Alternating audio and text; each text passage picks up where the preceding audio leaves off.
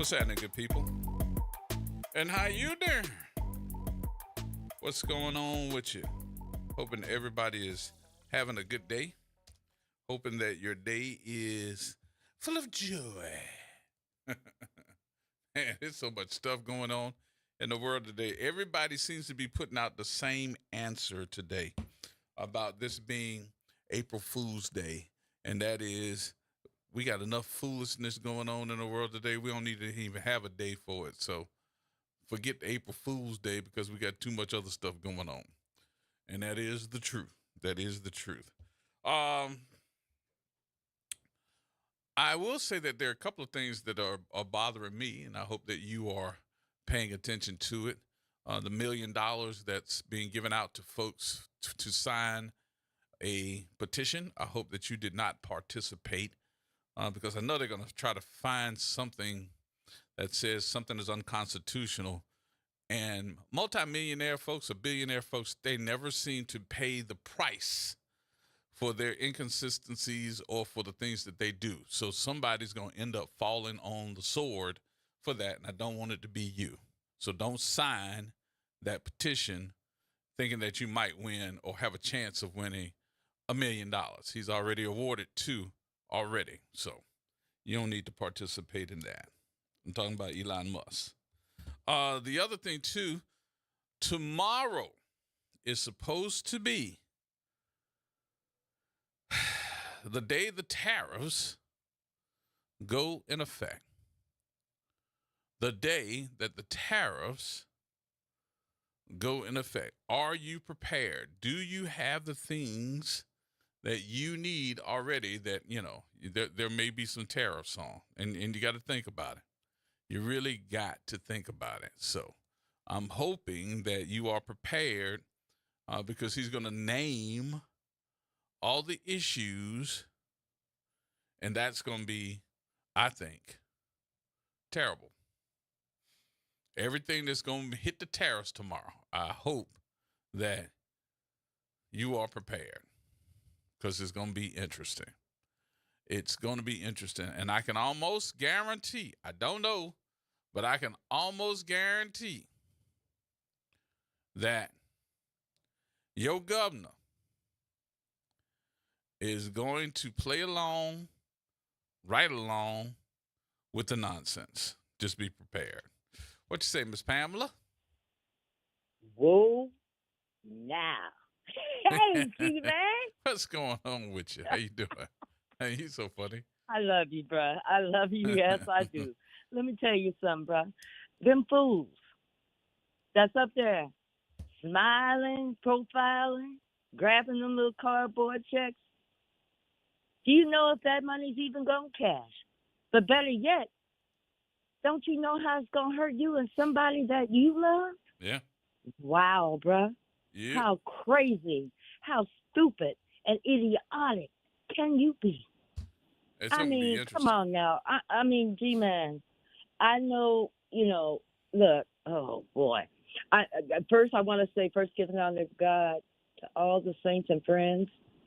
Thank you, Jesus, for us seeing another day. As well, it felt so good to go vote. It felt so good to go vote. Yep. And baby, scratch your fleas off your. There we go, because I ain't getting kicked off the phone. And guess what? Have plenty of seats. Because guess what? No, no, no, and no off. How about that? Mm-hmm. And this is what we have to do. This is what we have to do. In any time you have to vote, you have to go out there strong, hard, and bold, and stand up, and stop playing games with these fools. Because as long as you play games and you sit on your and don't vote, guess what's going to happen? Just like that, it's going to happen to you. He should never have been back in office. Mm-hmm. And on top of that, he come out a third and maybe a fourth. And I'm not kidding. Oh, boy, let me tell you something. Oh, Lord, this makes me remember back in the days when I was in school and somebody would tell you to meet them on the playground. That's what the one I want. I think that one. Yes, indeed. Okay, I'm gonna breathe. You all I'm right going to now? breathe. You got that off your Yeah, chest. Mhm. yeah, I got it off my chest. Thank you, Gerard, and I will continue to listen. Thank you for listening to me and letting me vent. I'm so glad you got that off your chest. Thank you, bruh. I love you. Talk to you All later. right, All all right. right, baby. Bye bye. Bye bye. I bet you she feel better. She got that off her chest. I bet you she feels better. So, where was I? We have got to be able to how would I say determine what's good and what's not good. What is going to get us in trouble in the future, and what's not going to be something that all of us can deal with, whether it makes folks mad, whether they sit up there and chastise you or chastise me for telling the truth. You have got to be able to determine what's good and what's not. Now, I'm not telling you that's all your responsibility, because it's not. Talking to my boy, what's name, Matt, yesterday, he said something to say this. I want to put this in perspective. He said something yesterday to make me go, "You're right. You are absolutely correct, Amundo." And that is that there were a lot of folks that had something to do with getting the information out, including our churches. And this is the question I'm asking. I'm not going to stay on this for the entire show, but I know that I got a lot of pastors that listen to our show. I know we do. I know that we have a lot of pastors that will come up to me and tell me, "Boy, keep it up." But Max said something yesterday. I was like, let's talk about that, Mac. And that is, will those pastors continue to? I know mine does. My pastor don't give a daggone. My pastor don't give a do it window. My pastor will tell you right quick, fast, and in a hurry. He'll call out everybody political in the country right there in the middle of service. He'll put it in his message. But I'm wondering how many of those pastors have a conversation with their congregations about these amendments, other amendments, who to vote for. Do you let those folks? Because a lot of pastors don't even let the political folks stand up to be seen. They say, "Well, you can come to the church, but you can't talk." And I'm wondering, do a lot of those folks still do that? Do they let a lot of those folks that are running for office come in to have some conversation? And I need y'all to tell me, you go to church, do you see the folks other than when they're running for election, running for office? Do they come and visit you any other time other than when they're running for election? Do they come in and just say, "I just wanted to stop by and say hello"? or is it just them coming when they're running for election trying to get your vote? You tell me, Mr. Elmo. Hey man, look, you see this the thing, and it's amazing where I'm going with this because it makes sense what I'm saying. Now you look at what Trump is doing, and you look at he's threatening big time. We talking about big time law firms in New York and D.C. I mean big timers. Mm-hmm. If he's threatening big law firms, dude, you know what he could do with churches that's scared they can use the tax exempt status separation of church and state. So the thing about it, don't get me wrong, I have never seen that. As going as a Catholic, going or even going to other churches, denominations, I've seen. Don't get me wrong, I feel it. You come around when you're running. I don't know. Now, one thing I can say about the priests and ministers, they would acknowledge them there, but they didn't go as far to say there was endorsement, which was good. You know, they let us decide that. But again, what kind of took me over by Gerard is I just see him basically. Now, I'm just saying me. I'm not saying I speak for everybody. Call you. But I noticed, like, you never see them until they run it. And that's kind of tricky, the SHIT, you dig? But again, you know, Why are you spelling it out? You just spelled it out. well, I understand the FCC rules, bro. I'm starting to get my hands license. So you know I know how to talk, you know? Look, I throw that in on you, you know? You threw it on before. You did. Yeah, well, yeah, I understand the FCC license. I'm starting for my hands license, so I appreciate y'all because I'm learning how to talk a little better in terms on what I can say, what I can't within the FCC rules, you know? Mm-hmm. So what you think? Should they allow the politics to be a part of the church? No, I think it's nothing wrong. Okay, let me give you an example. If I'm not gonna single nobody out. If you have a particular male or female that goes to a particular church, let me give you an example. Red Nigga used to go to Peter Cleveland all the time. There's nothing wrong with that.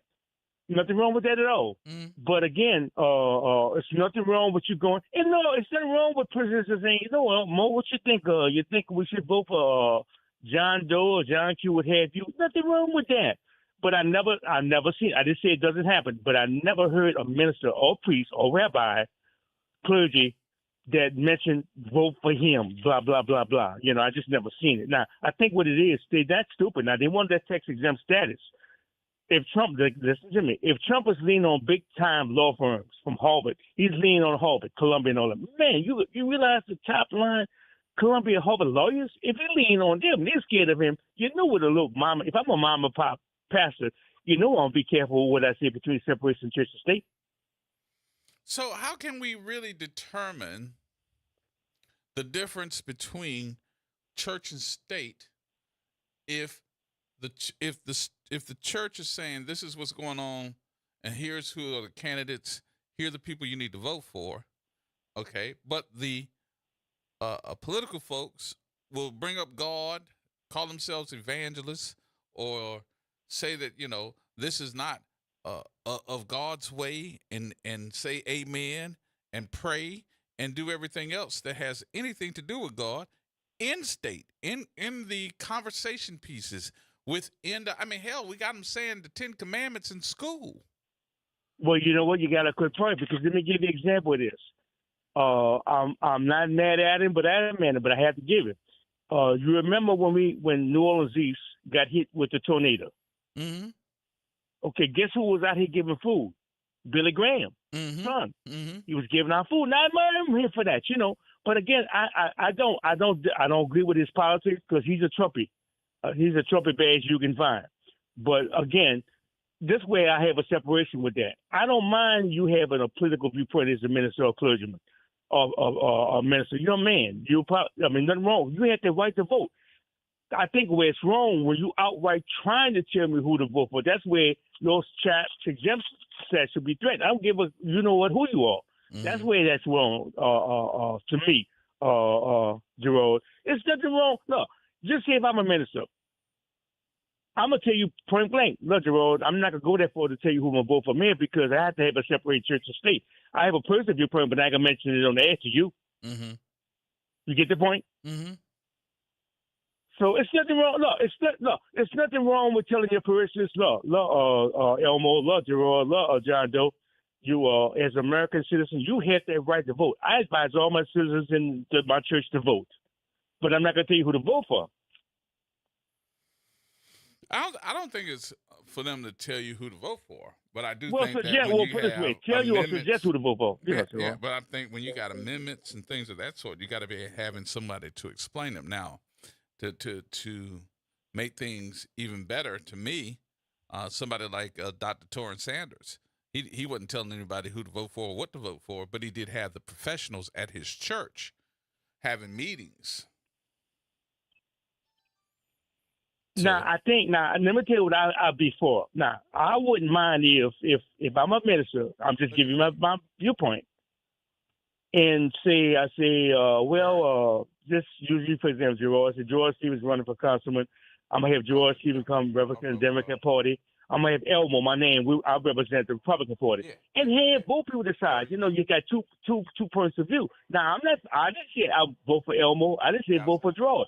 okay, I said, but let's have both viewpoints in my church. That's fair. all right. But You follow me? yeah, but I want you to understand something, and Okay. this is something too that I had to understand when we were coming up, Mr. Elmore. We had the same laws that we have now. What's the difference between then and now? Okay, well, listen to me, and that's a very good point. Now, think about it. Don't let the West hear this because I mentioned to you. We have a dear leader number 2. Everybody's dear leader. Even you have people that say things that would never say things until Trump got there, cussing and everything else. Even people cussing on the radio, they never did before. So what I'm saying is people bend the rules based on their leader. Myself personally, if I have ethics, I don't give a rat who's in charge. I'm going to be a man, be respectful, and say the right things. I'm not trying to say anything different because who's in charge, but I think what's happening, people are not as respectful as they used to be. You know that, Gerard. Yep. People's not as courteous as they used to be. Nope. People are not as across the board. And I'm not just saying whites. I'm saying white, black, Hispanics across the board. People have changed, Gerard, and a lot has to do with leadership by example. You know, people say, well, what's scary about with Trump, you have people say, well, if he could do it, I could do it. No, you can't. Because you have white folks who will play that Trump role all they want. They ain't going to win with that kind of way of doing it because people ain't going to vote for him. Mm. Well, I mean, you got 6 on one hand, half dozen on the other. Which one you go for? Oh, boy. You got me laughing at that, brother, because I don't know. To be honest with you, I wish I did. I just think that a lot of people got to get some balls and go back to what they used to do. We used to stand for stuff. Well, you know what? You made it very clear. When I seen that young brother last night, who's very elegant brother, the senator from New Jersey, Mm-hmm. and he stood out. And that's the brother with balls. Yeah.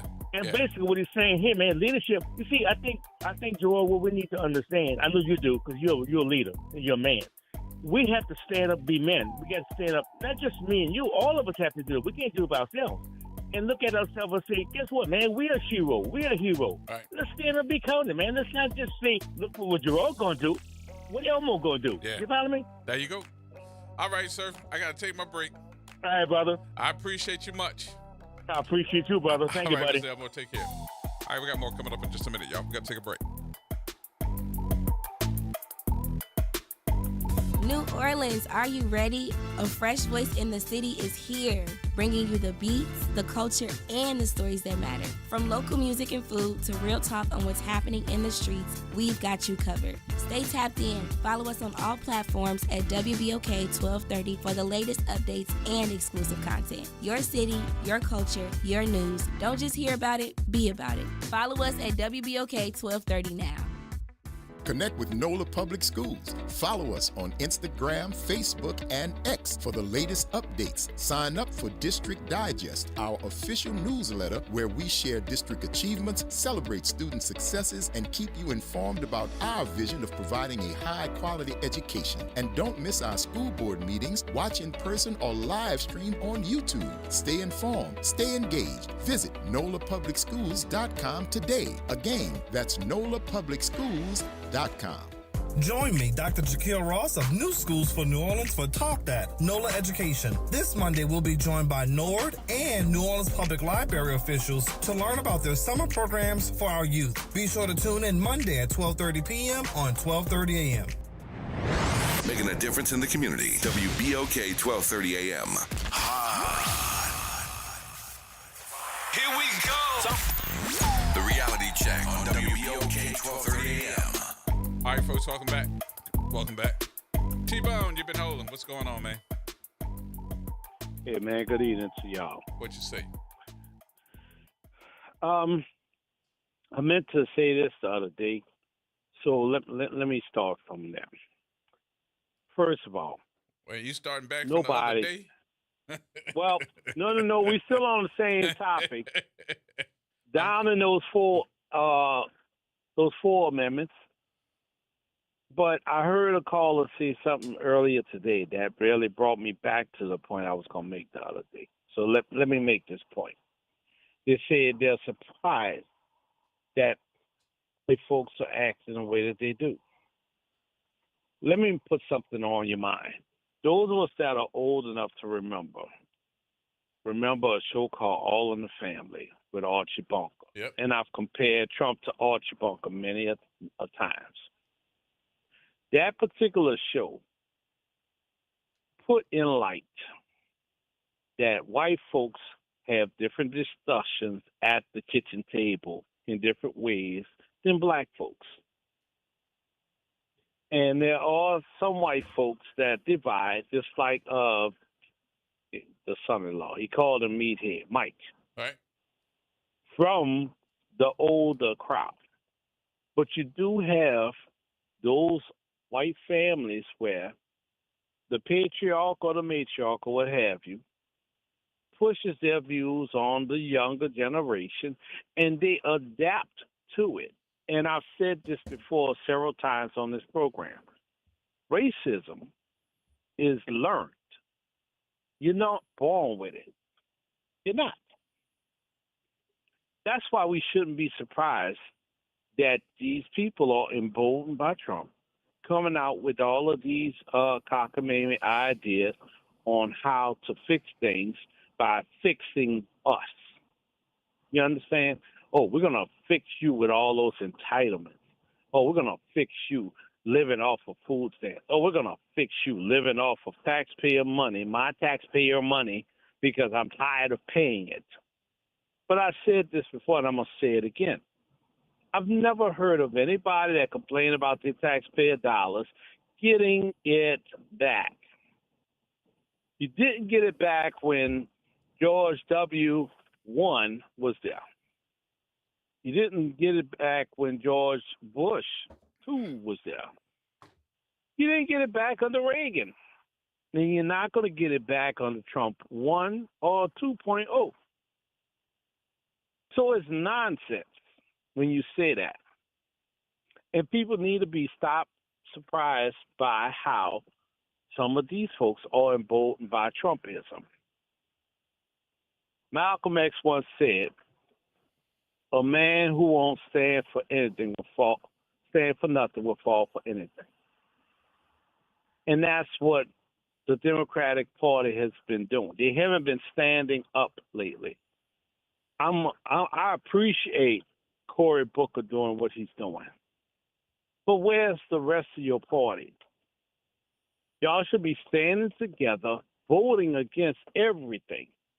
And you should be finding, and I'm going to say this, and I put this on even your boss, G. You should be finding legal ways to stop Trump from trying to make this third term happen. Because if that third term happens, then we might as well give him the Gaddafi hat right now. Because that's what he's going to push to do. He's going to push to be emperor of the U.S. The Gulf of Mexico will definitely be the Gulf of America, and he's going to try to take over and have manifest destiny from one northern pole to the next. Okay. That's what they're planning. That's what's in that document we keep talking about. That's what he's pointing towards, people.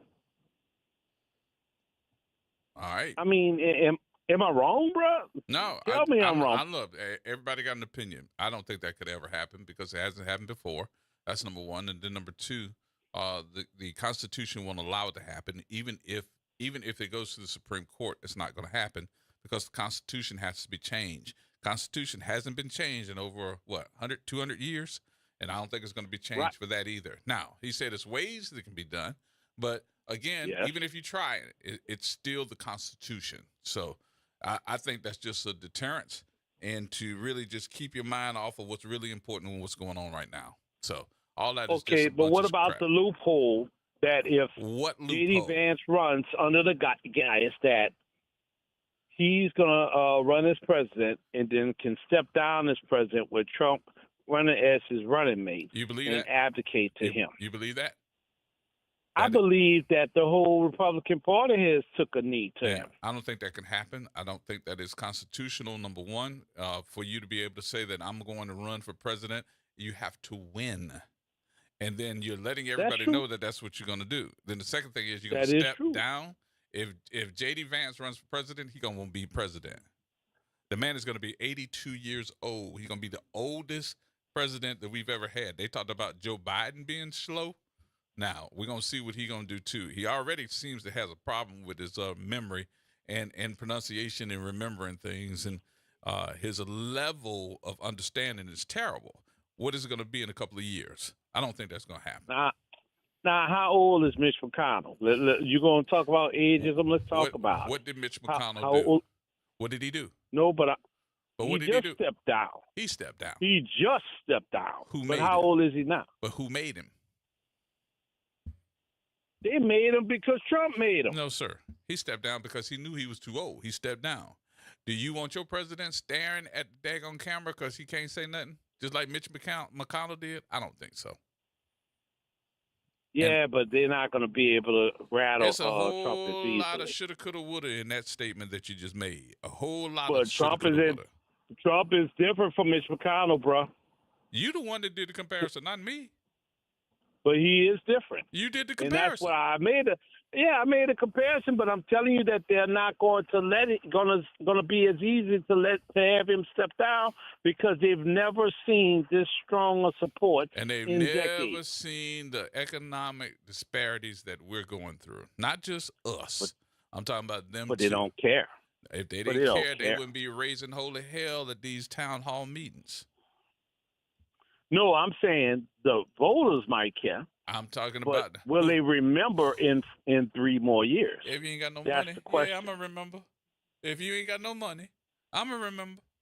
If eggs Hey, keep going up, I'm gonna remember. If my cars But get they ready to forgot- cost me another but they forgot how- $20,000 because of tariffs, yeah, I'm gonna remember. We ain't But never they been through nothing forgot like just that how before. bad it was the first time. That though. was not that bad before, Mm. but it's getting ready to be. Wait till tomorrow. Wait till We tomorrow. gonna see. We All right. gonna see. I might be coming with my virtual dollar bet on you for this one. Bring the virtual one then. Bring the virtual then. We'll see. I might, bro. I might, bro. right. I'm serious. I'm looking serious. forward. I'm All looking right, forward. All right, bro. Let me All take right, these dog. other folks. I'll All talk to right. you in a minute. All right, y'all. All right. Thanks, T-Bone. Let me start this conversation off right now, and kind of give the audience because I've been talking about you for the last couple of days because something happened over the weekend, and I was just glad to be there because I thought the whole church had been full. Right. And I don't think that, and I'm not blaming anybody or saying anything derogatory, but I thought the whole church should have been full because of what your mother and your father brought to the table for this whole community. And I'm talking about Miss Dorothy Mae Taylor. Would you all please introduce yourselves? I can do the introduction because I already did the introduction one time before, but I want you all to, because I don't think folks believe that you all We're were here. coming. Can you introduce yourself? Ladies first, please. I'm Yvette Taylor, Gerald Taylor's wife. Okay. Okay, my name is Gerald Taylor, and I'm one of the children of Dorothy Mae Taylor, the second oldest. There were 7 of us, but I'm the second oldest. You the second oldest. Second oldest. Well, the way you was talking in church, I thought you was the oldest. No, I got a You lot like to to say say? at times, you know. I'm expecting you to do that today. First of all, let me say thank you all for coming and welcome. But you all are welcome. Make sure that you feel like you are here. You come up to the microphone just a little bit. There you go. So we want to make sure that you're comfortable. This is family. This is home for you, and we want to say thank you for what you've done and what your family has done for this community. So, talk about that for a minute. Let's start from the beginning. As your mom, and tell that story too about how your mom followed y'all everywhere. Okay, well, that's the only way I can start at the beginning. The history tells a lot about their view of our mother. Mm-hmm. To us, she was our mother. She was born here in New Orleans, and as most people know, she was the youngest of 13 children. And her maiden name was Dorothy Mae de Lavalade. So if you see any de Lavalades around the city and the state in California, they are family. Mm-hmm. But being the youngest of 13 children, I found out as I was growing up as a young child, she was the boss of her family. Yes, indeed. The baby, and she bossed all the rest of them. I mean, all the way up until the time they grew old and, passed on, she took care of her family, her siblings. Mm-hmm. And that's the same way she did with her family once we were born. And to give a little bit more, the name de Lavalade, that's French. It's not Cajun. Okay. Her father was French background from France. And a little bit more history, I'll give you something else. You've heard that the name Carmen de Lavalade back in the 70s, 60s, 70s, 80s, an actress, a famous dancer actress on television. She danced with the coconut, the pineapples and fruits on her head, and she was married to Godfrey, the coconut man, the Coca-Cola man. Oh, okay. Yeah, ha. So she was a famous dancer on television back in the 60s and 70s. That was one of her great aunts, Carmen de Lavalade. Oh, wow. So their family has a lot of history in it. Mm-hmm. Now, again, my mother grew up in New Orleans. At the age of 16, she attended Booker T. Washington School. Now, Booker T. Washington had just opened up in 1941. So she was there roughly, I put about 1944 when she started at Booker T. Washington. Mm-hmm. Now, before I go on too much farther, there's my daddy, Johnny Taylor Jr. He was the oldest of 11 children from Homer, Louisiana. Mm-hmm. So He's from Homer? From Homer, Louisiana. Yes, indeed. That's right. So how did they meet? At Booker T. Washington. He was 25, she was 16. What was he doing there? Well, Booker T. had started after BTW, after center program for U.S. Army veterans receiving vocational training. So my daddy was there for automotive repairs. So he had already been in the service and taken vocational training. But that's where they met at. So I figured that's where the romance started, at Booker T. Washington. At Booker T. Washington. That's right. I think while my mother was at Booker T. Washington, she was actually a cheerleader. So somewhere around in 1947, Dorothy Mae de Lavalade and Johnny Taylor married. So Dorothy Mae de Lavalade became Dorothy Mae Taylor. That was in 1947. And then 1949, 48, 49, they bought a house on Melpomene Street. Yes, indeed. 2724 Melpomene Street. And that's where my oldest brother, Johnny, was born in 1950. I was born in 1951. And I had a sister that was born in 1952. Now, one thing about the neighborhood back then, and I'll say, my mother grew up, and we grew up in the time of Jim Crow laws. Now, if you don't know what Jim Crow laws is, that was some ordinance that came about after the abolishment of slavery. When they abolished slavery, well, that didn't satisfy people, so they came up with Jim Crow laws. And it was just a bunch of laws that still didn't allow the Negroes at that time that we would call to vote. We couldn't hold down with certain jobs. We couldn't attend school. We had to be segregated, you know. So even like when I, at an early age, my brother and I, my family, we attended segregated schools, supposed to be separate but equal. So here's where the problem starts.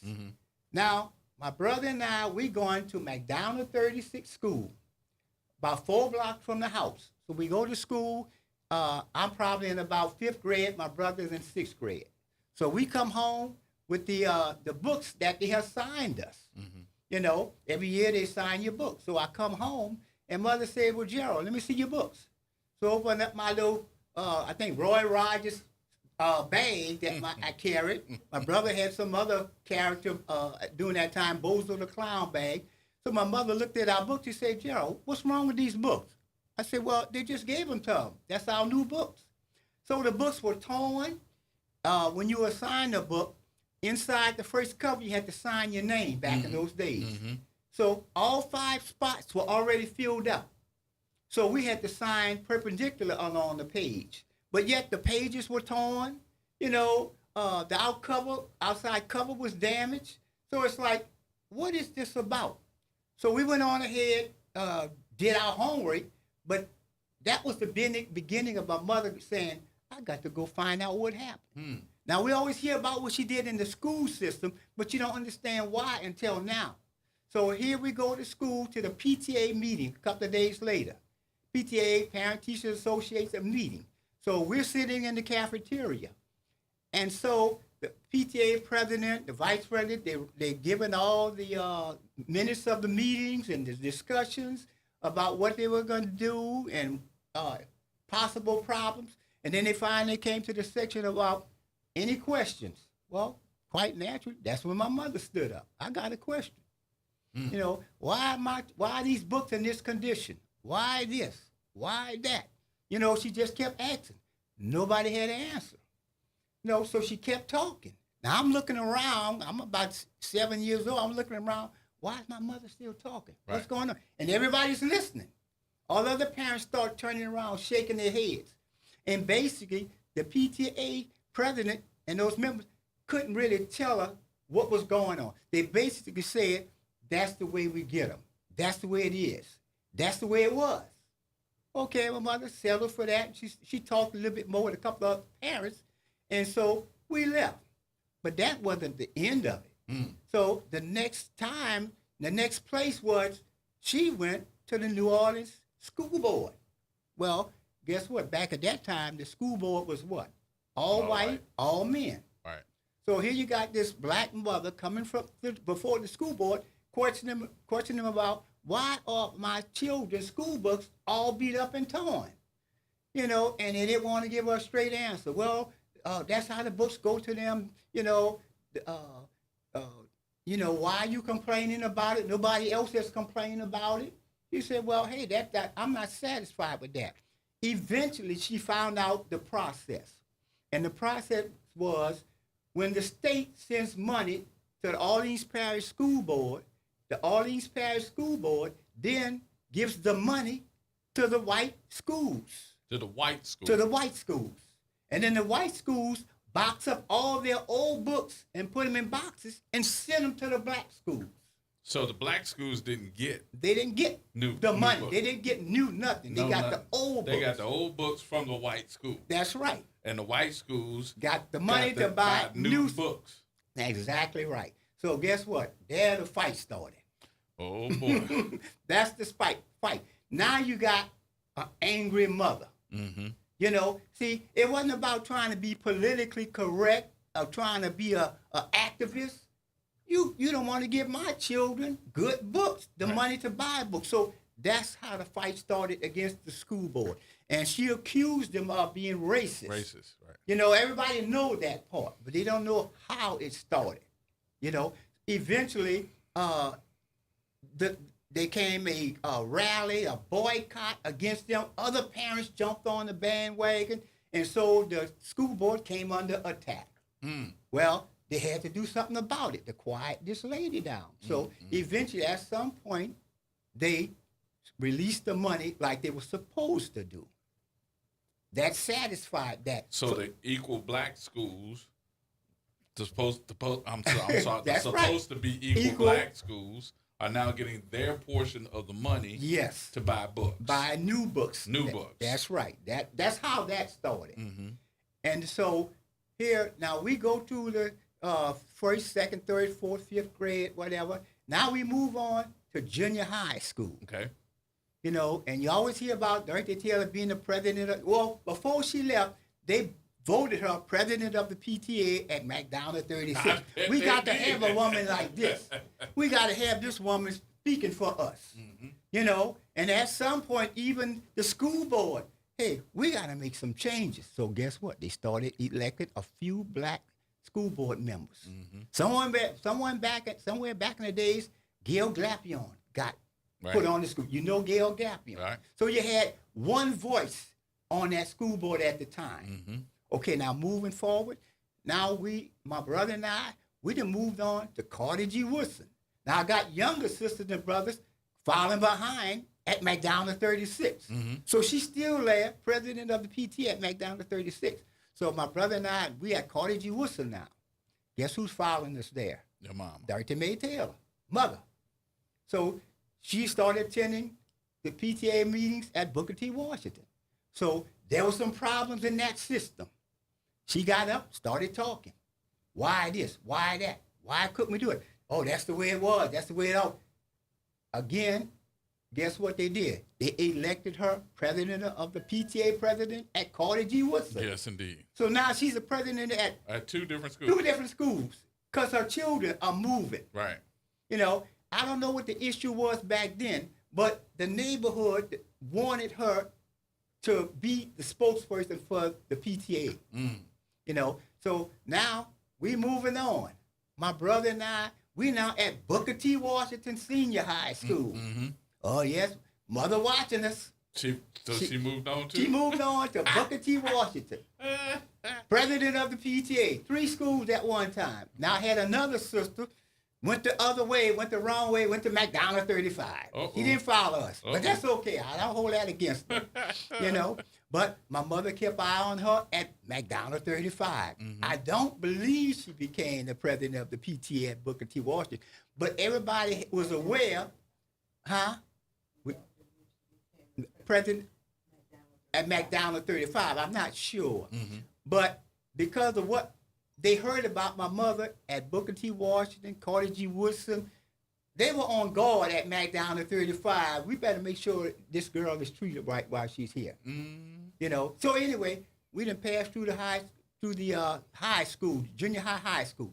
Now here we come to Nord Recreational, New Orleans Recreation Department. Mm-hmm. Now that's the next fight. You want to know how that started? I was that kid wanted to be active. I went up to Shakespeare Park. I wanted to join the football team, the Little League football team at Shakespeare Park. I get on the team. I'm practicing, having a good time. After a couple of days, they distribute our uniforms. Uh-oh. So I bring home my uniform, and mother said, Gerald, let me see your uniform. I got mismatched cleats. Oh, I got no. one half of a shoulder pad. I don't have a face mask on my helmet. You know, everything's mismatched. Oh, no. Well, here comes mother going up to Shakespeare Park. Your mama had a fit. Oh, she have a fit. Hold that story for a minute. I got to take a break here real quick. We're going to come back with more. We're going to start right there, okay, with Shakespeare Park. And folks, I know y'all listening to the stories, but you can call in and have this conversation too. Any questions you may have, 504-582-9422. More coming up next.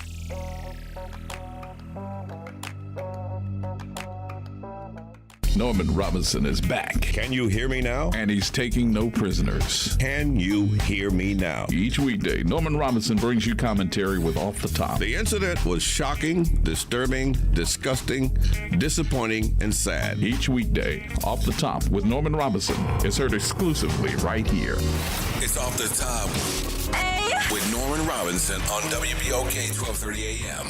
Hi, this is Cary Grant. Let's elevate every Tuesday through Thursday from 6 to 7 p.m. as we discuss the community, the country, and the world, from politics to current events and sports. We look forward to your input and continuing the quality programming on your community station, WBOK. Join us every Tuesday through Thursday, 6 to 7 p.m. on Elevated Conversations, the Arnie and Cary Show.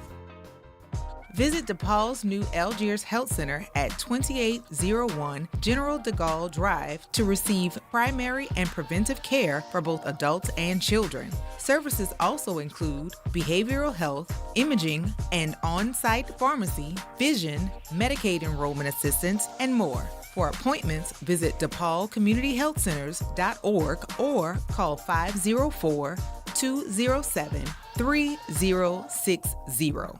It's tax season, and at LifeLock, we know you're tired of numbers. But this one you need to hear. $16.5 billion. That's how much money in refunds the IRS flagged for possible identity fraud last year. Now, here's a good number. $100 million. That's how many data points LifeLock monitors every second. If your identity is stolen, we'll fix it guaranteed. Oh, one last number. Save up to 40% your first year with promo code NEWS. Visit LifeLock.com for the threats you can't control. Terms apply. Get in on the conversation at 504-582-9422. Here we go. The reality check on WBOK 1230 AM.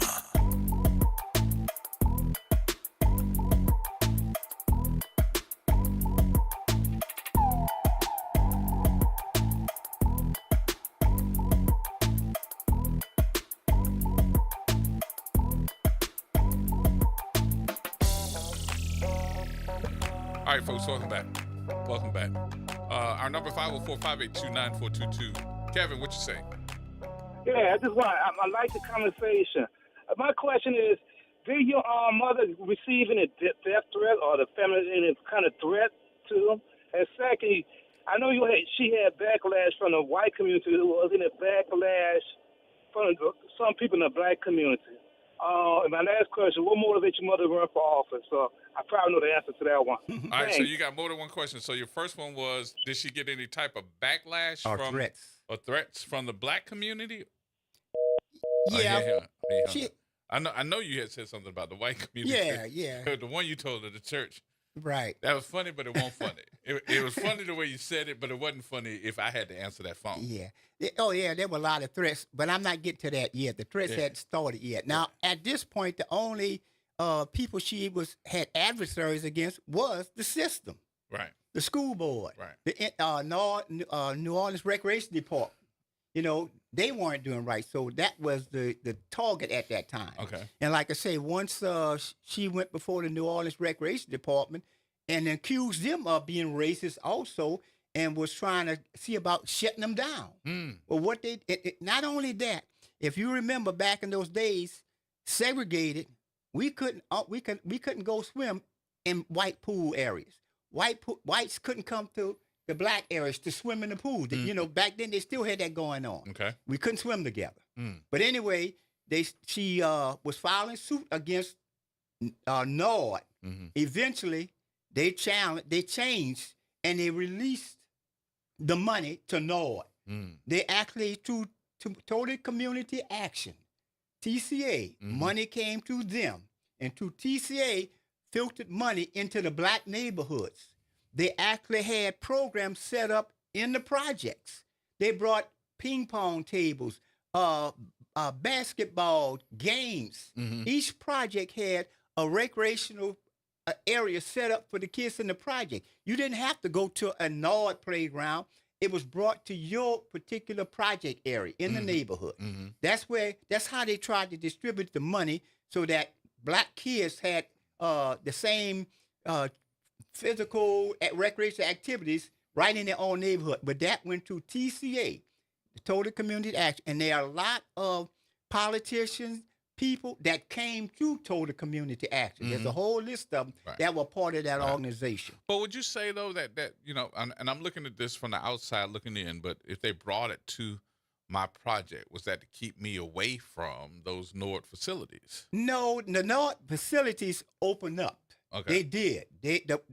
They brought their money for the uniforms. I still played Little League football. Did you get a new helmet? I got a new uniform. That's what I'm talking about. You know, uniform. Go ahead. Right. Okay. Okay. Yeah, my wife grew up near the Lafitte Project, and there was a playground. What was the name of it? Eamon Playground right behind it.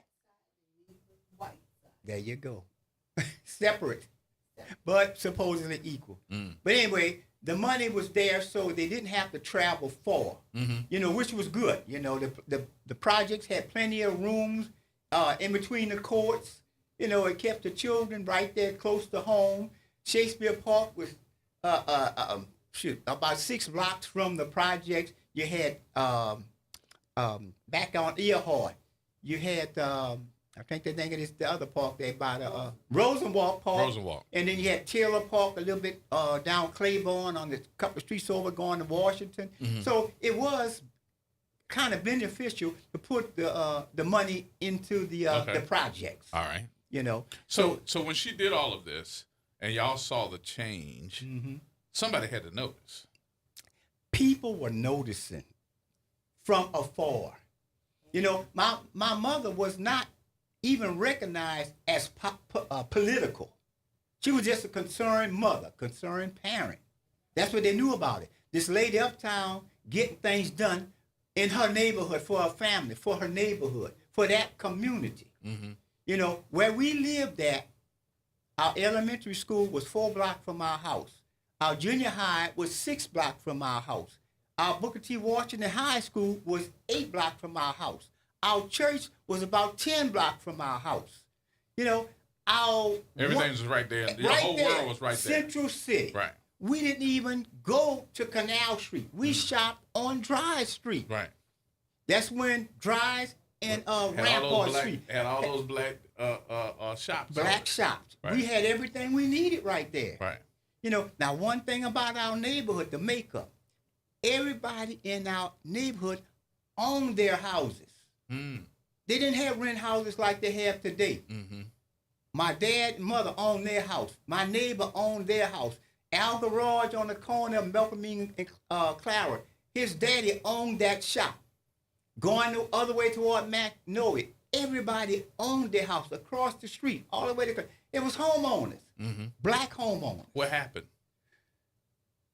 Eventually, later, many years later, more of a gentrification. After a hurricane, after disaster, houses got torn or damaged. Right. Well, money didn't go back in the community to help them build up. And those folks, instead of having to sit there and just wonder, they went on ahead and sold. Right, they sold. They gave it up. We saw the carpetbaggers come in. Come in, that's right. That's happened in the last 10 years. But even back in the 50s, they didn't have that problem then. Now, who we lived among without any problems was the Jewish community. Really? Yes. The grocery store on the corner was Jewish. We had a shoemaker, made the shoes. Jewish. You could buy a pair of, my shoes what I wear, like the, I can't think of the name of it now, name brand shoes from the shoemaker. Other corner was another grocery store. She was Jewish. On Magnolia and Clara, Magnolia was the market, Keller Market. They were Jewish. There was the hamburger stand. They were Jewish. Across the street was a vegetable shop. They were family, all family. That's who we bought from. They lived among us. There was no problem.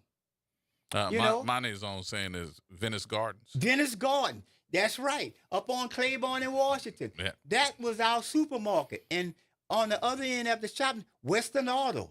That's where we bought our bicycles and toys. That was our neighborhood. What happened, though?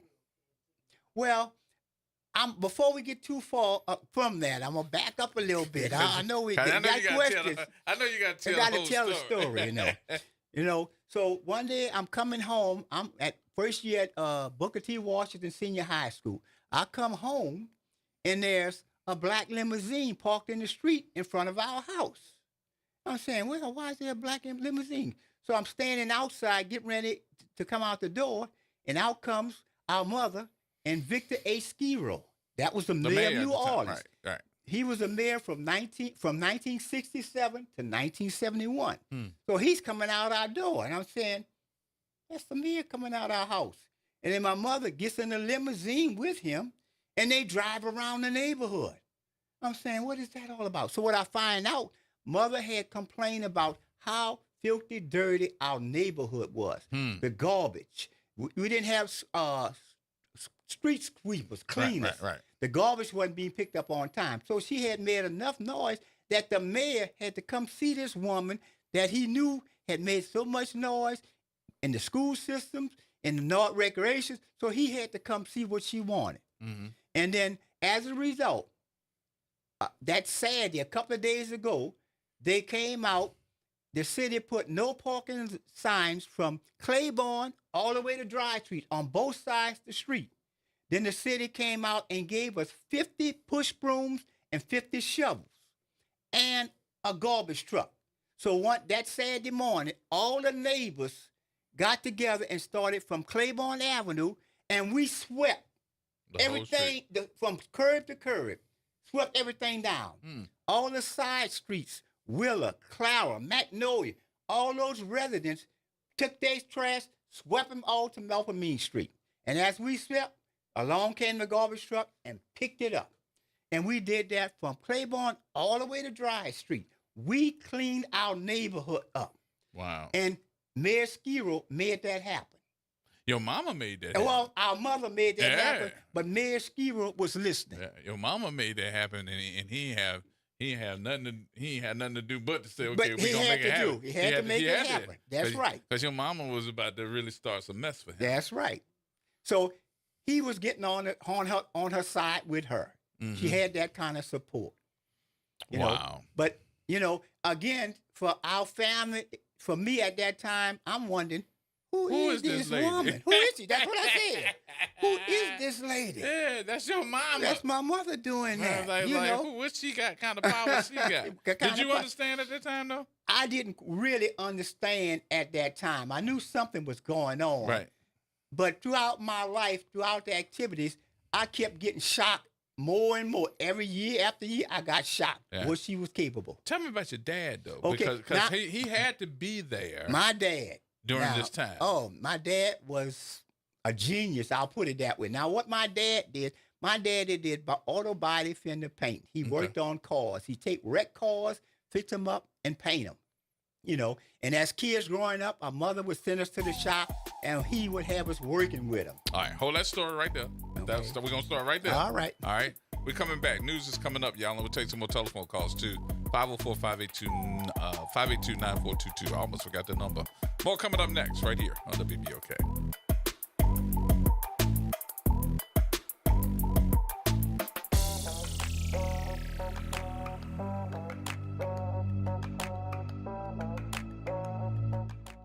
From the campus of Xavier University. WBOK 1230 AM. Go. An Equity Media Station. I'm Doug Davis with 4 Things You Should Know with BIN News. A federal judge in San Francisco is stopping the Trump administration from moving forward with plans to take away legal protections from 350,000 Venezuelans living in the U.S. and deport them, a move that could affect black immigrants in the future. New Jersey Senator Cory Booker, who is black, is still going at it on the Senate floor. Booker has spent hours rallying against the Trump administration's policies. New Jersey health officials say the rate of overdose deaths in the state among black residents has been declining. Still, the overdose rates for blacks remain twice as high as it is for whites in the state. And Vallejo, California's first black police chief, Shawnee Williams, faced threats and backlash after reforming police practices to address racial disparities.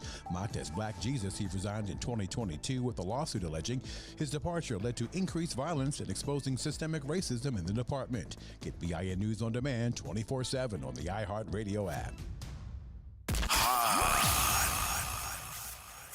Here we go. The reality check on WBOK 1230 AM. All right, folks, welcome back. 504-582-9422. Boy, this is like history today. I'm so glad, Mr. Gerald, you're always welcome to come in and tell these stories too. And bring your lovely wife with you. Oh, yeah? yes, and I will. Bring her with you. She's trying to keep me straight, make sure I'm factual as possible. That is good. For those of you who don't know, this is the son of the famous activist. I could call us about 5 other things too, but mom. Yes. Named Dorothy Mae Taylor, that we all speak very highly of. And you tell these stories that nobody else has ever heard. Right. And you tell it from a sense of, not only was she an activist in the church, I'm activist in her church, activist in the community, with the school board, the politicians trying to get her to do different things. She ended up being a politician as well. Right, We'll get to that. But she was mom first. Right. And we all call her mother. Right.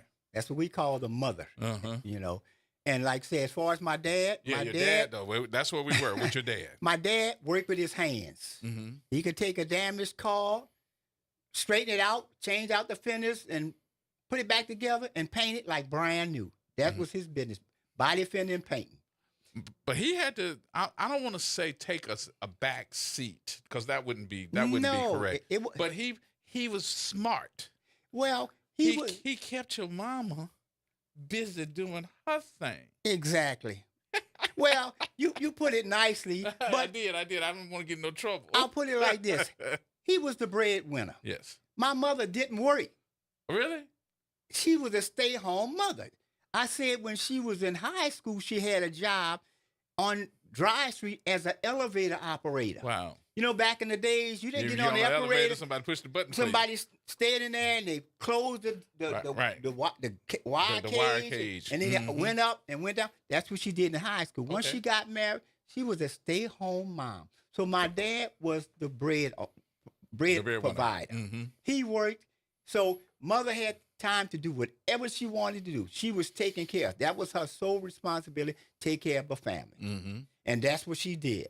My daddy, he was good, glad at what he did, you know, and he supported everything our mother did, you know. And like I said, back in those days, he basically worked all the time. Okay. Now, at some point, there were 7 of us, you know, there were 7 children. So, you know, if the mother's not working, the dad got to keep money coming in. Because, you know, we're paying for a house, he's paying for cars. Even though a lot of the cars, he would buy them, use and wreck, and fix them up. Mm-hmm.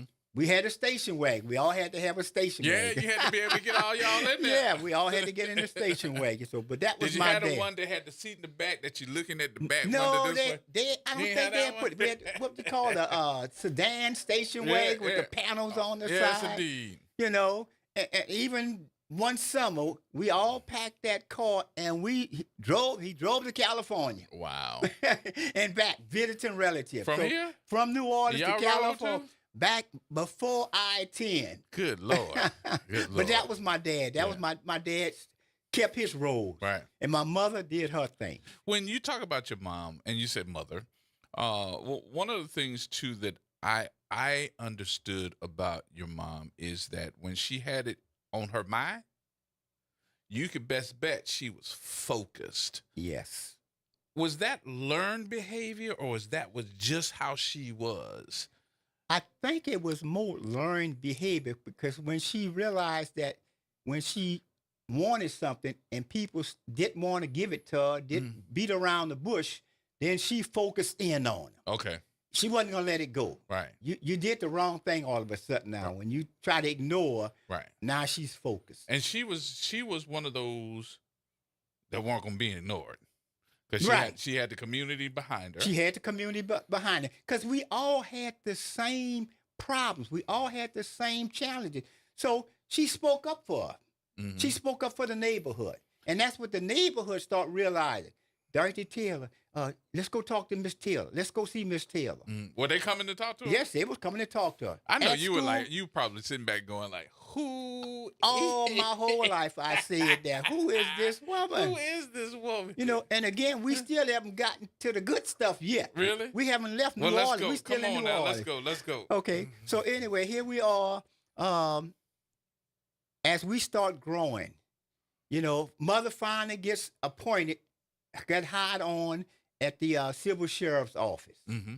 So now she's at a job. Okay. That was it civil sheriff's office? That's what it called. Yeah, you had the civil sheriff back then. Right. You had two different offices. You had the criminal sheriff and you had the civil sheriff. Civil sheriff, deputy clerk, civil sheriff. She got that job, and so now she's working in that area, and she's the first at that. That's another first that she did, Now, in the meantime, here comes Ernest Dutch Morial. Mm-hmm. He's running for state legislator. Now, he heard about Dorothy Taylor Uptown, all the stuff she's doing, all the focus she had.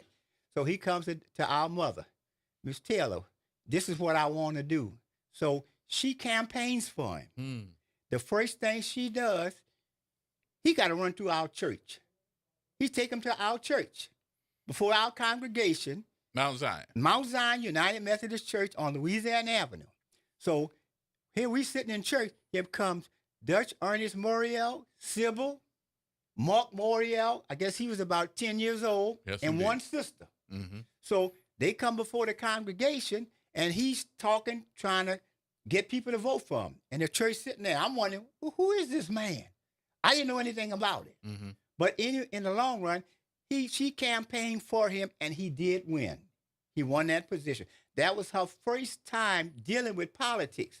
Right after him, here comes Eddie Saper. I don't know if you remember. I remember Eddie Saper. Eddie Saper. He comes to Dorothy Mae Taylor. Yeah, he was councilman. Councilman. Right. That's right. So now he heard what our mother did for Dutch Morial. Mm-hmm. Hey, Miss Taylor, I'm running for city council. What can you do for? So she became his campaign manager. Really? Here's another one at our church. I didn't know that she was his campaign That's manager. right. That's exactly right. A lot of people don't know that. So there's another one. Had to go before our church at Mount Zion. Right. He's campaigning, and he got elected. Wow. So now other people are paying attention around the city, not just our area. So mother's still doing her thing at the civil sheriff's office, and then Dutch Morial, he decides he gets appointed as a judge. Her seat is open. His seat is open now. So now I'm going to move over down to the Ninth Ward, to the organizations, Soul. Mm-hmm. Now, Soul had been putting people running for elected offices since the 1966. There are several people running for state representative. None of them couldn't make it. Mm-hmm. I'm not going to mention names who were, but there's several people running.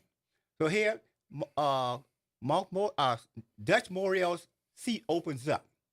So Soul is trying to decide who they want to put up to run for that office.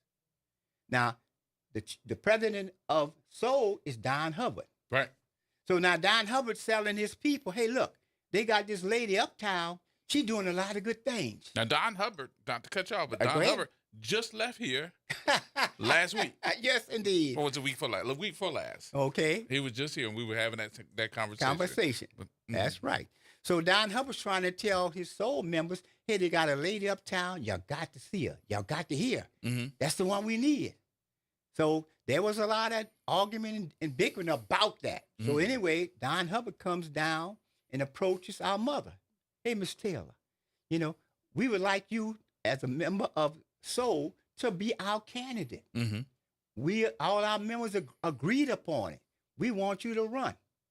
And she's thinking about it, run for office. That wasn't on her mind. That was the farthest thing from her mind, running for office.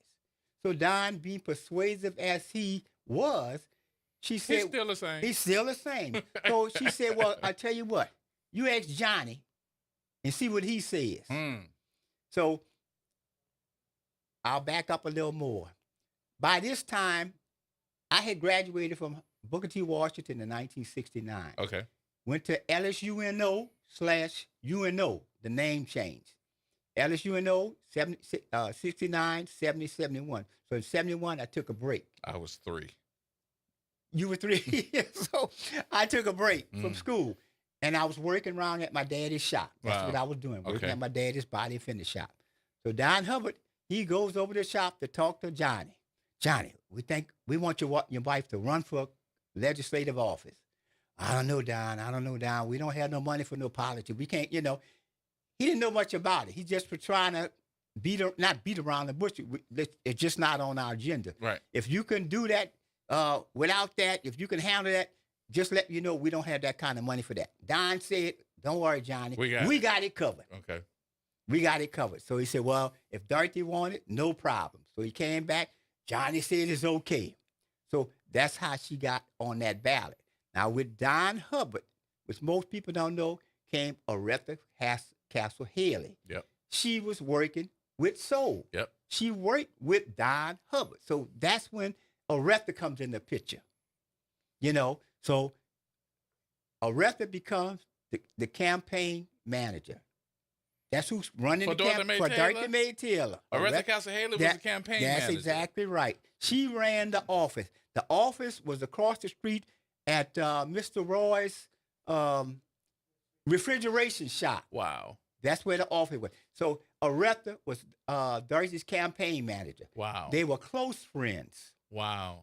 I had no idea. You had no idea. That's how she come in the picture. And as you see later in life, Mother wind up having Dry Street renamed after Aretha Castle Haley. That's right. That's who did it. That's right. I didn't know that Dorothy Mae Taylor had done that. Exactly.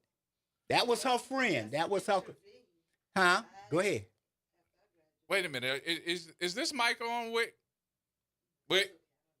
No. I need to make sure your mic is on because I got folks telling me that they can't hear you. Is her mic on? Get closer. Because I can't hear her. I had met Aretha. There it is now. Aretha Castle Haley when I was about 15, 16 years old. She was running the voters registration, and she was, I guess, gathering kids from where I lived in the Lafitte Project. And she also ran it was a nursery school with the NARD program. Mm-hmm. In one of the project homes, they allowed her to have an office there, and across the street on Orleans and Claiborne. Mm-hmm. Before Orleans, Claiborne, and Durbany was the St. Peter Claver building. Mm-hmm.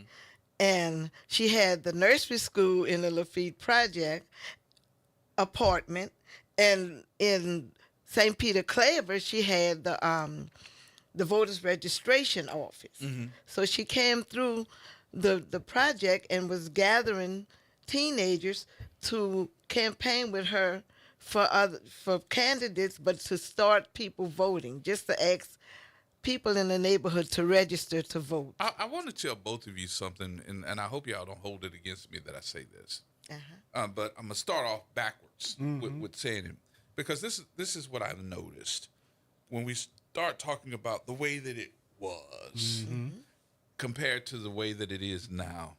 When I first moved here, I've been here 35 years, and I continuously hear about the olden days, and I keep hearing about all of these, I'm going to call them famous history makers, and I keep hearing about good people that came out of the projects. Yeah. But at some point in time, and this is the part that's not going to sound so good, but I want you to correct it. At some point in time, all of these good folks that have come out of the Lafitte, the Magnolia, the Calliope, at some point in time, the perception of those folks in those different areas, the projects, turned bad. When did that happen? Now. Because, I mean, every time I hear, somebody that tells me, well, we had this history maker, this person, oh, yeah, they came out to Calliope. Or you telling me about the Lafitte. You're telling me about this person over here. Here's where we came from. We came out the projects. Right. And what I keep hearing about those days were that was the close-knit family. Right, yeah, exactly. We were very close-knit. And everybody in our family, neighborhood was like a family. But it looked like everybody that came out of those projects was taking care of one another. Right, exactly. And I'm trying to figure out when did the change happen, that it was if you coming out of them project, you're a thug, drug dealer. We didn't have thugs. Well, we but talking you- about back in the old days. It Old was days, good. right. Now, what? This made was- the When did it change? change? I'm not sure what. We didn't pay attention. We We have didn't not pay paid attention. attention to that. We did. And You're we were right. children. We That's- were very sheltered. But that's the Because- part that makes me go about the history part. Yeah. That we had all these great folks that were coming out of the projects. Yeah. Out of these housing projects. That's right. But we didn't keep tabs on when it changed. And when it changed, it had to be something economical. Something changed.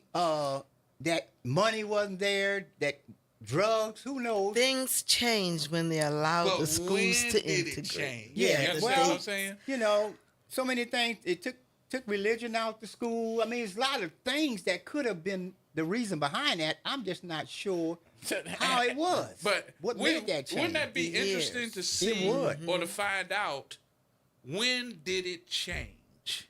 Because all of my older folks or my elders, this was family. That was family. And we talk with pride. Right. About, we were there, we were this, we were that, we were that. Yeah. Oh, I was in the Calio, I was in this project, Right. da, da, da, da. We used to take care of one another. We didn't live far from the school. Right. The And we used valley to fight raised for what the it was. We used to vote, da, da, da. But when I got here, it had to be 30 years ago. We were starting to hear the kids shooting up schools and Right. shooting up one another and the crackheads and all the rest of this. I don't know if it was the drugs. Was it I the don't- economics? And when, if we put a date on it, did that start happening? That'd be something that we could I work know. on. I We think would it's a have little to bit do of that everything: research. drugs, And I would economics. say, The closest of people living together that close. The But you large understand family. what I'm I saying, though, right? understand what you're saying. I don't really have And an I'm- answer. And then for that. and it became an excuse Right. exactly. for those that wanted to tear it down Right. to tear it down and rebuild these so-called cottages that honestly moved away 150,000 folks Right. out of the People city. became We, displaced. they no they got idea. displaced. Exactly. They got a one-way ticket on a helicopter, and nobody said we're gonna bring you back. back. No. Nobody said that ever. You're As right. of today, it's been 20 years, and nobody, as of today, said, "Oh, you want to go back home?" Right. And then when they start correct. tearing down the building, redesign it, they can't go back They home. can't go back home. That's right. And then remember, and this is something I know I'm gonna get in trouble, but that's okay. They boarded up those buildings so you couldn't get in. go Couldn't back do and that. get your stuff. And they were not damaged. They weren't And that they were damaged. damaged. Not Nuh-uh. damaged. And them bricks for those Those- buildings That's did right. not Not- fall down. Exactly. Because we went through Clara and Betsy, and we were bringing people into our home, And the projects back in into there. the project home, Mm-hmm. taking them out of the auditorium, Municipal auditorium where they municipal were staying. auditorium, and bringing them to my house. My mama was feeding them, So I was going down. I was going down the street the other day. I was over off by. You said it by what's the Venus- Nord location you were talking about? Taylor, Shakespeare Park, No. Taylor Park. No. What was the Rosenwald. Rosenwald. I was going down right. Rosenwald, and I saw one of the buildings over there by Rosenwald, and it's still standing. It's still it's standing. there. It's still.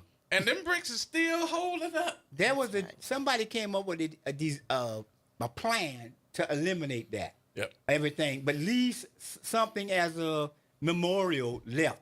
Mm-hmm. But like you said, they still standing. Somebody had a master plan. We just didn't know what it was just about. did knock those buildings down. Right. And that year, when things started changing, will be easy to bring up if we could just remember, sit down and think about it, or either We research have it never on had a that calendar, conversation Right. ever. Yeah, and You're right. everything. And to me, it was all. It seemed to have happened like after the civil rights movement, which was very good. But remember, white teachers coming into our neighborhood, teaching us better. White And you said teachers that so making, articulate. bringing their Yeah. You beliefs said because that. they did not want religion in the schools Yeah. because it really. Yeah, let's take the break here. We'll take the break. We'll come back. We'll take some calls too. 504-582-9422. More coming up next.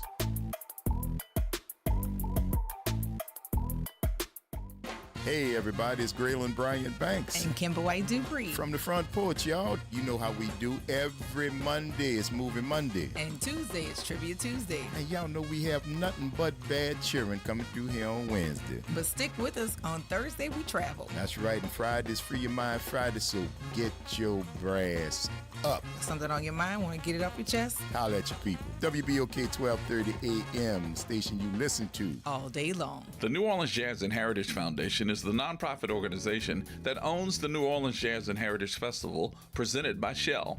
With the funds generated from Jazz Fest, the foundation invests in Louisiana communities through economic development, cultural enrichment, and free educational programs. To learn more about the New Orleans Jazz and Heritage Foundation, please visit us at www.jazzandheritage.org. The National World War II Museum, located in the Warehouse District of New Orleans. The National World War II Museum tells the story of America's experience in the war that changed the world, why it was fought, how it was won, and what it means today. Visit them online at www.nationalww2museum.org for time tickets and safety information. WBOK and LCMC Health are proud to present Keeping You Well Cafe. 60 Minutes with LCMC Health, where the doctors speak directly to the people of New Orleans. LCMC Health is committed to improving the quality of care here in New Orleans, the Gulf South, and beyond.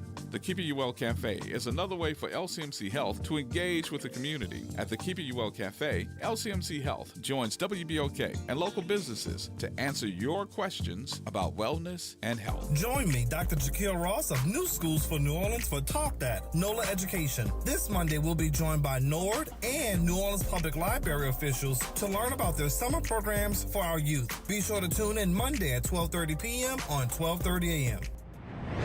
Making a difference in the community. WBOK 1230 AM. The Reality Check on WBOK 1230 AM. All right, folks, welcome back. Man, what a history lesson we are having today. 504-582-9422 is the number. We are having a conversation with Mr. and Mrs. Gerald Taylor and Yvette Taylor. And I want to make sure that you all get a chance to answer, because I'm going to sit here and I'm going to just soak it all in, and nobody going to get a chance to say anything. So get your calls in at 504-582-9422. And just if you're wondering, if you're just tuning in, who this is the son, one of the sons of the magnificent Miss Dorothy Mae Taylor. All right, Cordell, what you say? Hey, how you doing, Gerard? It's been a long time. Good, man. How you doing? Pretty good. Gerald, I don't know if you remember me, but we grew up down the street, 2 blocks, 2912 Miss Melpomene. And I'm Johnny's age. My older brother? Yeah, Johnny. We went to 36. McDowell 36? First to third grade.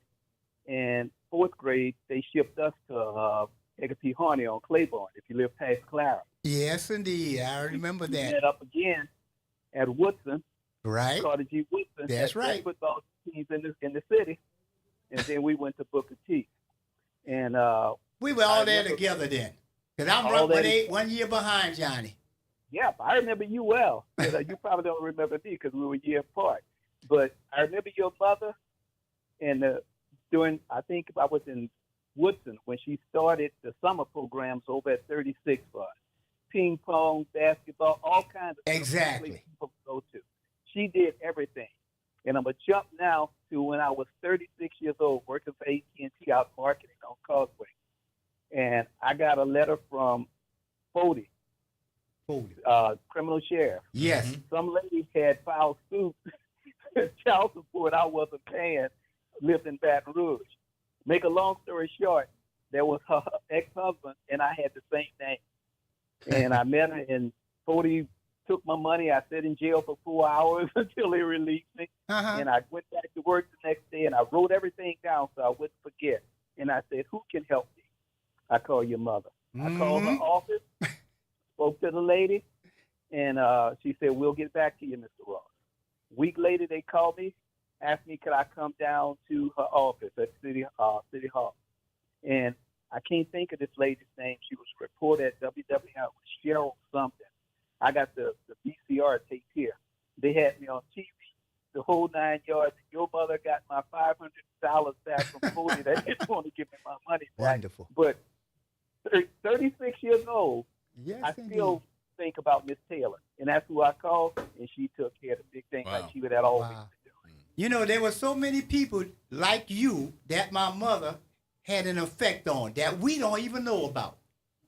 You know, just like you're telling me this, we go places and somebody walk up to me and say, wait, aren't you Dorothy Taylor's son? I say, yes. Let me tell you about your mother. Yeah. Guess what your mother did for me? Yeah. And like, I'm shocked again. I go and say, who is this mom? Who is this woman? That's going to be your line from now on. Who is this woman? One last thing I like to say, I don't want to hold air. Someone needs to get a street named after Miss Taylor. There you go. Louisiana Avenue, Napoleon, or somewhere, or Claiborne. There's no street named after Dorothy Mae Taylor. No. Exactly. None. They need a street named after her. Cordell, you just gave us something to work on. There you're right. One thing. I think the perception on the project changed in the late 60s, early 70s when we had white flight. Now, I grew up down the street from you, but I ended up buying a house up on Durbin and Napoleon. And if white folks lived there, and they were running away. You remember Teepa Terry's up on Teepa Terry's. Teepa Terry's restaurant. And when I got older, I went to Teepa Terry's. When I was younger, I couldn't go in the door. But I think a lot of perception started changing about projects when people were moving out of projects, moving into Charleston, moving across the river with New Orleans East and everything. I don't know. But that left the people in the project who couldn't move. And I think some of that stuff started to change back then. Okay. You could be right. Cool, Cordell. Thank you, man. I appreciate the call. I'll keep listening. Thank you. Nice hearing from you. All right, Cordell. Thank you, brother. Joe. Okay. Because we're going to be running short on time, I do want you to get into, where your mother is now going. Okay. Because you talked about your dad, what his role was. Okay. You already talked about they're going after her now to run for office. Right. Okay. That's where we left off before we went haywire and went everywhere else. Okay. So how did that work out? Okay. So my mother runs for office, and now this is Soul. This is Soul. That's with Don Hubbard. That's putting her up to run. Mm-hmm. So the campaign started. Now she's already got her followers in our own area. You know. So what Soul did for the election, Soul through Don Hubbard sent 50 kids to campaign for her. I got several folders of the kids in our neighborhood at the campaign headquarters. I have no idea who they are. You know where they came from? The 9th Ward. Don sent 50 kids to campaign for Dorothy Taylor in our area. And they went out knocking on doors, putting flyers out, talking to people, vote for Dorothy Taylor. Now, I had never heard of that before. Kids from another area voting, campaigning for someone in a different district all together. Wow. But that was the power, support that came from Soul. Wow. And they had other groups that start jumping on the bandwagon. Mm-hmm. And then they were learning how to campaign. They were learning how to campaign. That's right. To cut the story short, she did win the election. She won. She became the first woman elected to the Louisiana legislature. Wow. You know, so that was in 1971. So now she goes up to Baton Rouge. You know, so again, I'm out of school, in between college courses, classes, stuff. So I'm driving her to Baton Rouge. So you have now become the chauffeur. I'm the chauffeur. I was voluntold. You know. You ain't volunteer. Didn't volunteer. I was voluntold. Come on, Jerry, you need to take me there. Jerry, take it there. There's a difference. Right. Volunteer and voluntold. And you don't get paid to do it. Right. And if you're late, like I always was, you get fussed at. Yeah. But anyway, here we arrive in Baton Rouge, getting settled in, you know, so I'm kind of hanging with her. So I end up going to the state legislature building where they hold the sessions. Mm-hmm. So I'm standing in the back of the meeting hall in the back corner where most of the pages are standing by. These are the guys that go out when they need something, they go get it from me.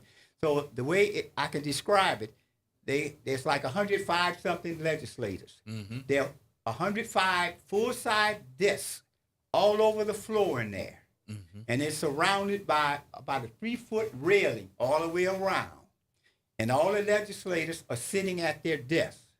Now, I'm standing in the back watching the process. Now, I got this concept from history and geography of how our business is run. So now you got a speaker up at the podium talking, presenting something. Mm-hmm. So I'm looking around. You got people sitting at their desk with their feet up on the desk. They got another guy reading the paper. They got another guy representing, turning around backwards, laughing to a guy behind him. Not even paying attention. Not paying attention. All kind of noise going all over. They got another guy with earphones on, listening to his radio, and the speaker at the podium talking about something. And I'm looking at it. The first thing comes to my mind, total chaos. It was like being in a junior high school lunchroom. Right. You know, now these are the people that These are grown men doing our business, Right. state business. Right. Now, again, mother is the only woman in that place. Wow. You know, now that's the first problem I saw, the first challenge, I'll put it that way. Mm-hmm. She's the only black woman in that. I don't believe they had any other black representative male at that time. But here she's the only black woman. So finally, it was time for them to vote on some issue. So they put on the wall there's a little sign that says, please cast your vote. Those legislators that weren't paying attention, they were so busy laughing and talking. Another guy would pass, hey, look, man, it's time to vote. Vote. He said, vote on what? Just press yes or no. He told him what to press. He didn't even know what he was voting on. He didn't care. He didn't care. He just voted on what the other guy told him to do. And I'm saying to myself, what? That's how it works. That's how it works? Yeah. You know, and Sunday, when we had the ceremony for my mother, I got to talk with Representative Matt Willett. Mm-hmm. And I was telling him my first impression about what had been going on. Right. He said, you know what, Gerald? Ain't changed much either. Nope. I said, I'll be dog. It ain't. But that's was the process. Right. You know, so she dealt with that. Now, a couple of days went by, she's in the chamber doing different stuff, you know. We travel home and then we coming back because she really hadn't got a permanent place of how she was going to live in Baton Rouge during the session. Mm-hmm. So we did a lot of driving back and forth. So on one of the times we were there, Mother comes up with an ordinance that she wanted to present. So she get up before the podium, and what she's talking about is, if you look around this room, there's an American flag on one side of the room, there's a rebel flag on the other side of the room. You know, so people start looking around. What is she talking about? You could hear the murmur. You say, why is it that we have a rebel flag in the Louisiana House of Representatives? Mm-hmm. You know, why is it there? And her resolution was to remove the rebel flag from the state of Louisiana.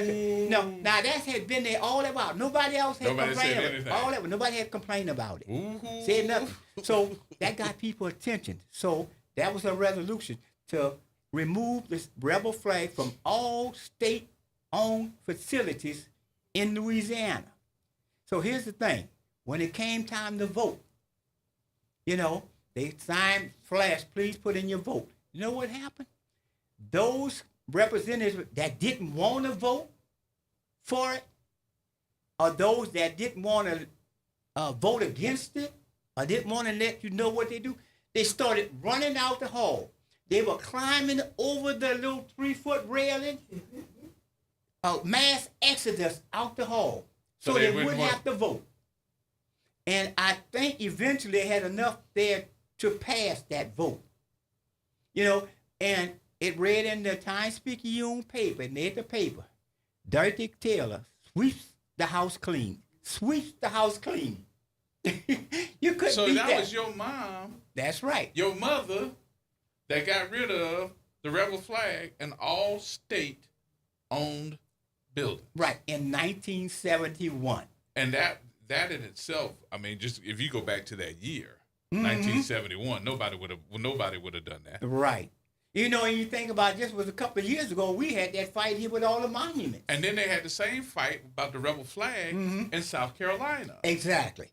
Recently. But just think about it. 1971. That's why I'm looking at it. I'm like, that. 71. That's right. People don't realize that. Shoot, she should have been scared then. Well, I'll tell you like, my mother, if she was afraid, she didn't show fear. Okay. That's what I think what I realized then, she was intimidating to the other white representatives. She intimidated them. Right. Them not Because, you intimidating know why? her. Because they didn't know how to deal with a black woman. Right. They never had to do that. They never had to deal with that before. Right. They didn't know what to say. Right. So that was the shock to them. So in some senses, I say, New Orleans, you did a wonderful thing. Senator to Baton Rouge. Yeah. You know, they wasn't expecting that to happen. You know, and they don't realize that that's what she did. But these stories really need to be told within the school system.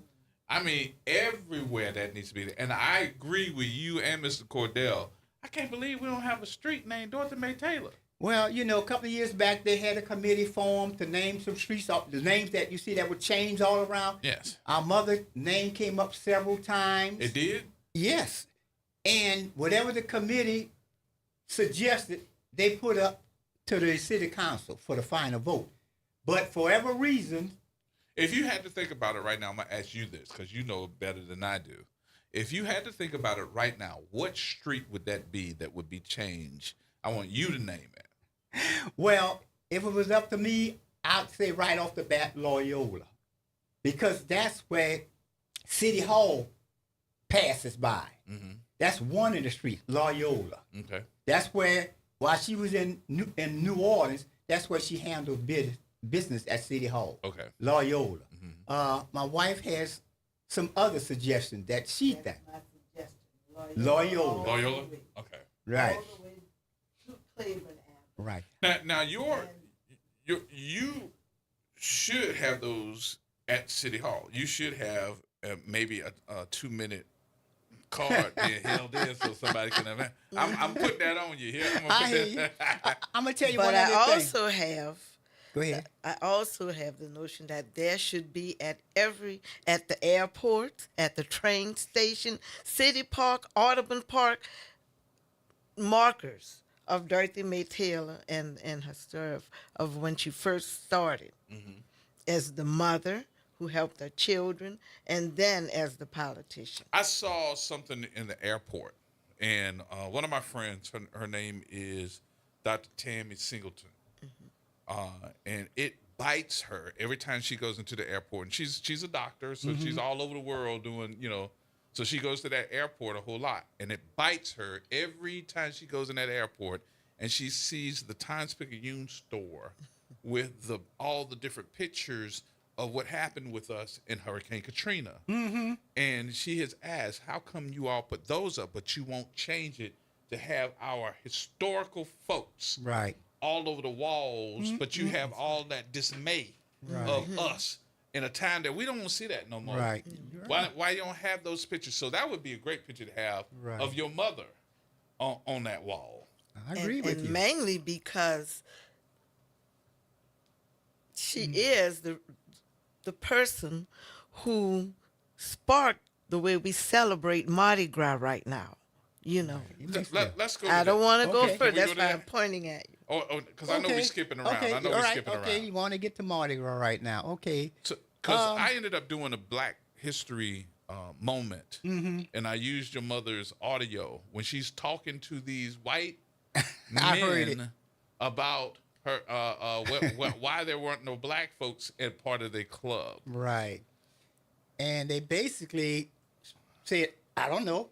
Right. We don't. They sure did. Well, we had a Jewish person. Right. I think he was Jewish. I think he was. Yeah, right. So you did hear. You did heard it. I heard. I think he was Jewish. That was me that put that together. Okay. And but we still didn't let him in. Right. So. And then she said, "Any blacks?" Any blacks? And he said, "No, ma'am." No, ma'am. He admitted it. And you can hear the other black people in the background laughing at him. Yeah. Oh my goodness. But he had to admit it. Right. Now a lot of that, again, that started with complaints from the Jewish community. It wasn't a black thing that my It was mother the did. Jewish The Jewish community. My mother, being on the city council at that time, she was taking complaints from residents in our area. Mm-hmm. The Jewish community, there's some living in our area. So they were complaining about, several of them had attempted to join certain clubs. And they wouldn't let them. And they wouldn't let them. Right. And they tried several times, and they needed an answer. So they came to Mother and asked her, Miss Taylor, can you see what's going on? So she actually started meeting with them at the Jewish Community Center on St. Charles and Jefferson, St. Charles, and Nashville. I know There's you're a talking Jewish Community Center. Mm-hmm. So I remember taking her there to several meetings, and she would talk with the Jewish Community Center, the Jewish people. So that's where it sparked that. Then she started an investigation, and then the investigation more or less showed that there was a widespread discrimination going on. Mm-hmm. It just wasn't the Jewish people being discriminated. That's where the interview came in on. So You know? I took that immediately. I was Right. like, oh, we're going to put that on the air. Right. So it wasn't nothing about black folks wanting to get in. It was the Jewish It was the community. Jewish community. And she was representing them. You know, during the investigation, again, they start learning out there were widespread discrimination. Now, at the same time, with a lot of these clubs, these private clubs, this was another thing that even Jay Banksy alluded to Sunday, that a lot of these predominantly white, male-only clubs was handling city business inside the clubs, the private clubs, boys clubs. Really? Yeah. So when they would come to the city council meeting, they were discussing issues that she didn't know anything about, but it had already been discussed in these private clubs. Oh, wow. So, I mean, I'm not saying who was on the council was in those clubs, but things were still being discussed in those clubs, yet all the members of the council didn't have access to those clubs. Blacks, minorities, and women. But you're using city tax money Right. to pay for them. Well, but that's what your mom stood on. and that was Now, the the main idea- agenda. Right. The idea is that when you parading, you're using city tax. You're not using city taxes for your clubs. That's private. When you parade, but when you start parading, you got city cops, city cops, you got city facilities, street down in the cleaners, hall, street, sanitation, all that. the whole there. deal. And the way they tried to play it off, well, but look, we giving a free party. We throwing throws. We spending our money. Yeah, but at the same time, You're using our money using for our city facilities. services. Right. And part of the law requires that if you're going to use city services, you got to open your clubs up to city people. But it was interesting to me that I think at least one or two of those clubs said we ain't gonna open them up, and we'd rather not even parade. And your mom was like, "See, you wouldn't want to be See, here. that's Peace." right. That's right. Now, who was her main foe on the city council too? Because your mom would love that fight. Oh, she loved that fight. She loved that fight. I don't know if she was her main foe, but Yeah, she was. no, I'm not gonna say it like Mr. that. Gerald. If they could have had a fisticuff up in there, your mama would have daggone knocked out. Yeah, it might have been anybody that did what she did. Now, I'm a back up. Like, I was working offshore. I spent a lot of time working offshore in the oil industry. Hold on. Okay. Hold that thought. Okay. He got to take the break. He got Okay. to take the break there. Because I want you to tell this story. I know this. All right, more coming up, y'all. Everybody hold tight. AURN News. I'm Ebony McMorris. New Jersey Senator Cory Booker is going full marathon mode, clocking over 13 hours and continuing on the Senate floor, torching the Trump-Musk administration's agenda. Booker took to the mic at 7 p.m. Monday and hasn't let up. The 55-year-old Democrat is dragging receipts and fury, ripping into spending cuts by Republicans, their attacks on immigration, book bans, and what he calls a complete disregard for the Constitution. This administration has not only overseen seen in 71 days a rise in inflation, a rise in the cost of groceries, a lowering of people's 401ks with the stock market going down. They are already hurting people on their basic delivery of their services. This is a political marathon rooted in the legacy of John Lewis's Good Trouble. Senate rules say if no time limits are set, a senator can speak indefinitely as long as they can stay standing and keep talking. For AURN News, I'm Ebony McMorris. It's Off the Top with Norman Robinson on WBOK 1230 AM. You know, it's no surprise that Donald Trump would do the unthinkable. He signed a vile, senseless, hateful executive order to remove the ban on segregation facilities in federal contracts. Yeah, you heard me right. He wants to allow segregation. His executive order means that segregated facilities like restrooms, restaurants, and drinking fountains are okay for federal contractors if they should opt to use the policy. This takes me back to the onerous days of Jim Crow, when there were separate facilities for black and white people. I can personally attest to the hate and cruelty of such a policy. When I was a young child, I was beaten for drinking out of a water fountain designated for whites only. The segregation policy okayed by Trump is limited to federal contractors and is in essence only symbolic. Federal and state law still outlaw discrimination in the country. Even so, the Trump administration's removal of the 1965 ban against segregation in federal contractor facilities is a shot across the bow of civil rights. It is an indication of just how far the Republican president will go in his hateful effort to dismantle diversity, equity, and inclusion in the federal government and the private sector. In this particular case, the policy only applies to U.S. government contractors, but telling everyone, especially those spending our tax dollars, that it's okay to segregate is not okay. This is an attack on race, though Trump and his GOP allies vehemently deny that their actions are rooted in racism. To that I say to them, don't piss on my leg and tell me it's raining. And tell Donald Trump he can take that apartheid South African racist Elon Musk back to South Africa. This is Norman Robinson, Off the Top. Hey, this is Steve Poston. Be sure to listen to WBOK 1230 AM every Saturday morning at 10 a.m. and Sunday evening at 5 p.m., bringing you the best Southern Soul barroom music with the Southern Soul Weekend Party Mix, hosted by me, of course. I'll be playing your favorite Southern Soul music by artists from all over the South, right here on WBOK 1230 AM or online at WBOK1230.com. The station you listen to longer. Listen to longer. Listen to longer. NOLA Public Schools is excited for the rest of this 24-25 school year journey with our families, watching our students dive into learning, growth, and success. As the school year continues, our dedicated educators are focused on keeping every student engaged and motivated. Let's keep embracing new challenges, celebrating achievements, and supporting each other to make the rest of this year even more impactful. Stay connected with your school and NOLA PS through our social media channels for updates and resources. We're here to help our scholars attend today, achieve tomorrow.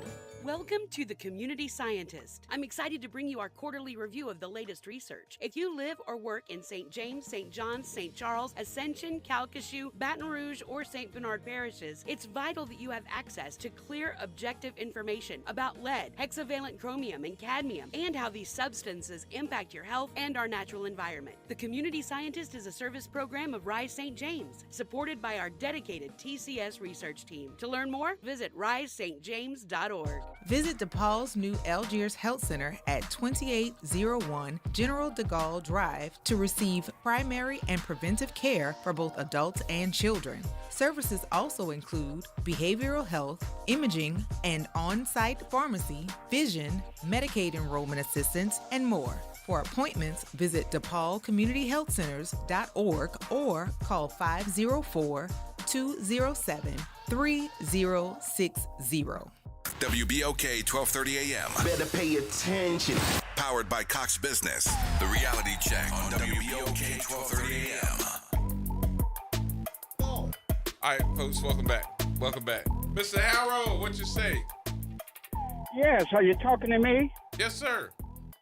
Well, you know, I'm kind of black, and I'm I just left Hollywood. I'm in Santa Monica now. Okay. And I can really appreciate the history of what you're putting on your show. Mm-hmm. And I've heard of Miss Taylor, but I didn't know that they expressed about their mother. I'm still celebrating your birthday. I'll be in touch with you at the end of the week. Okay. But yesterday, my aunt here, she turned 101. So what I'm saying is the black women, I told you I have the deepest, the uttermost regard for black women. And I'm looking at the clock. I see you don't have too long. No. But what so-called white people, I live among them. I'm on the way to the beach. I will be with them. But what happens is black people don't understand themselves, and we have a disrespect for each other. Mm-hmm. White people understand, I'll say so-called white people, they understand black people. And if they didn't have racism, they would not exist. They would not. See, the fool that ran for president, and I told you before, when he got his star in the Hollywood Walk of Fame, I was there and my son was there. But when he said he was going to make America great again, they speak in code, and it's not limited to one party. So they feel in a way that they are losing out, and they are non-competitive. So what happens is black people, if they came, I just passed a Jewish academy, and that's the thing with the Jewish community. It is education, number one and number two. Okay. And outside the academy is like a group of soldiers guarding the place. So if if black, and you mentioned about drugs and economics, it's economics. Black people need, and I'll talk to you later about that. Okay. Black people need to learn something about economics. But all I want to holler at you and say, it's good. I've been listening all the while. It's good to hear what's going on. If you educate the young people, you get a difference altogether. All right. Okay. So anyway, you're as good as usual. And the people, I really, really appreciate that. Yeah. Well, thank you, sir. Appreciate you much. Okay. All right. Talk Okay. to you in a minute. Mr. Harold's out on the West Coast in Los Angeles. He Okay. listens to us all the time. That's all right. So I know I got about 7 minutes. Everybody online is like talking about y'all. I just want you to know that first of all. That's why I called. Cause you saw when I called your wife over here. Yes. She was talking about it too. But these stories that you're telling, Mr. Gerald, we ain't heard these before. Oh no, you I know you don't. You haven't. And it sounds like to me that because we did not had you skip over, and you came in here prepared. You got like 4 or 5 books. That's to keep me fresh, keep my mind fresh and active. But I want to make it a point that we have this conversation, and I don't know if we want to have this conversation. I can't say so we can complete the conversation, but because I think that you got more stories than we got time any other time. But I'd love to hear some more. So I apologize for just inviting you because I didn't even know you were here. Okay. It was a pleasure, first of all, to meet you on Sunday, and that to me was history because your mom has that placard at y'all's church. Exactly. And I was shocked because I was like, this just happened? It's 2025. That's right. She's been dead. It's 25 just happened. years. Just happening.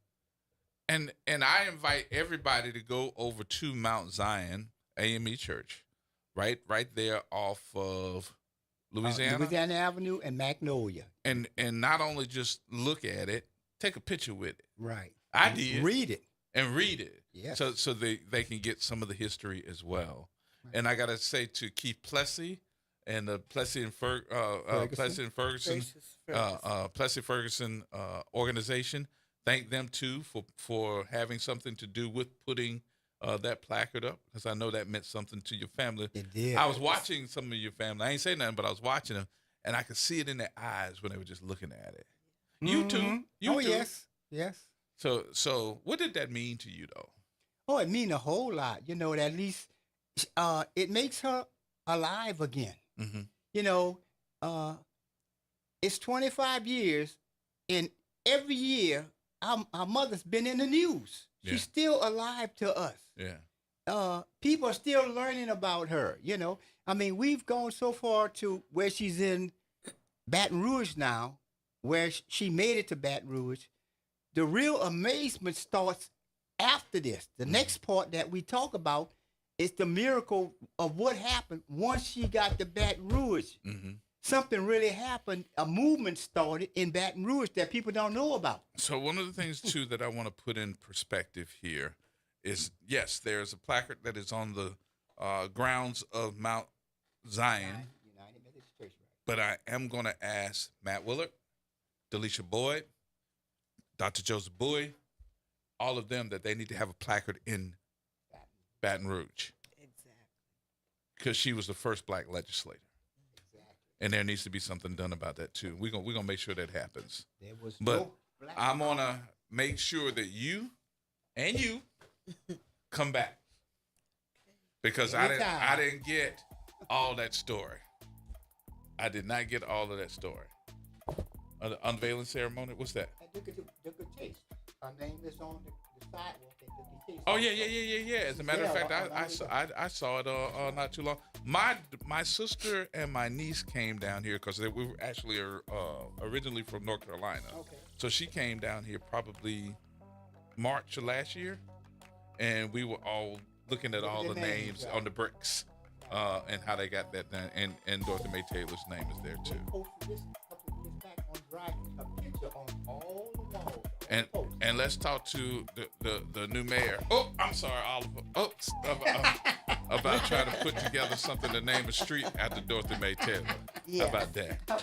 Thank you all so much for being here today. I was all excited. I just want you to know I'm still excited. I feel energized. So thank you all for coming. And we're going to work on another date for you to be back, okay? All right. More coming up, y'all. Everybody hold tight. Y'all have a great rest of the day, and we'll see you tomorrow.